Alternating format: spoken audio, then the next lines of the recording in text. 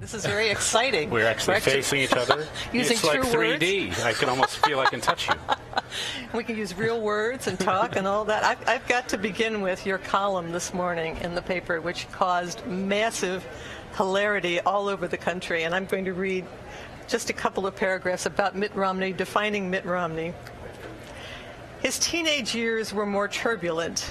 He was sent to a private school where he was saddened to find out there are people in America who summer where they winter.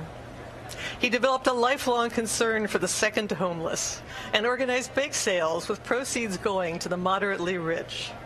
Some people say he retreated into himself during these years. He had a pet rock, which ran away from home because it was starved for affection. He bought a mood ring, but it remained permanently transparent. His ability to turn wine into water detracted from his popularity at parties. We got 10 billion Twitters about this column, my favorite of which was, "When the revolution comes, David Brooks will be spared the guillotine by the line, a lifelong concern for the second homeless." You know, They'll let you go. they cancel the convention for one day. I have no news to write about, so I just make stuff up. And look what happened. And so the depressing thing, it's all partisan. The reaction is entirely partisan. The Democrats thought it was funny. The Republicans thought it was not funny at all. So how could that be? These are the days we live in. Let's talk. You're defining Mitt Romney here, sort of. I mean, that is the point of the convention. We're going to humanize Mitt Romney over the next 3 days. How do you think that's going to go? Give me a scenario. You would understand. Yeah, well, I'm sort of interested by the tug of war in the Romney soul. So all the Republicans, they all want to humanize him. And apparently his wife wants to humanize him. And he gives some interviews, including to Politico, where he says, I am what I am. No human. Yeah, I'm not going to. Well, it's like, you know, those other guys, Barack Obama, hope he changed it, human fuzzy. I'm just going to deliver for the bottom line. I think that's a mistake. I don't know about you, but I want to see the inner turmoil. The inner unhappy. When did this start? This business of we have to know the innerness. I mean, we didn't care about Dwight Eisenhower's innerness. Right? We were in a better age then. I don't like the personalist political particularly, but we have had a history of candidates who have been witty in private. When you would talk to their aides, Al Gore was always witty in private. John Kerry was witty in private. The only person who wasn't witty in private was Richard Nixon. Even his aides said, no, he's not witty there either. So I don't know if you can recall the first. It's hard. I think the beginning of all this, okay, the absolute beginning of the we must know the inner turmoil thing was Bill Clinton.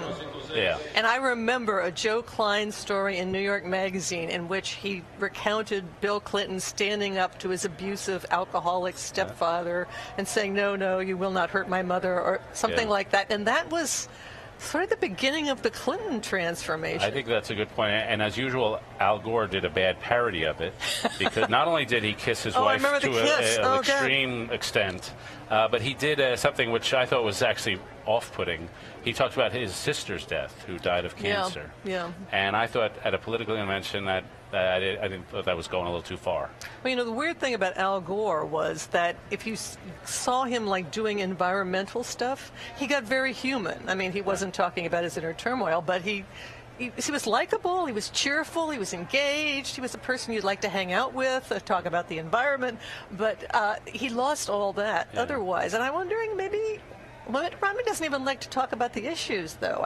I can't figure out what he likes to talk about. He's on his campaign face, and he says, this is my job, my mission here is to do this, and then all that other stuff goes away. I know several people who know him. I know a guy who was in the Mormon church in Boston, and apparently there was a sort of a listserv that went around where if you were moving, they'd say, can anybody help me move? And Romney had just lost his Senate race, and apparently he'd broken his collarbone, and he shows up at one morning at this guy's house with his arm in his cast and says, I'll help you move. And he spends the whole day hauling boxes with one hand. And that's like a trivial story. Another one is some guy was poor, unemployed, his kids were injured in a car crash, and he showed up one Christmas morning with a bunch of equipment for the guy to have. And so there are all these stories, but I don't know if he wants to tell them. The evil side of me thinks that these stories are like the neighbor that you have who's incredibly helpful and he's always coming over and fixing something for you, but then you think, oh my gosh, I'm going to have to invite him over for a drink, or oh my gosh, we're going to have dinner with them, and you just would rather they not move your furniture. It's a bad deal.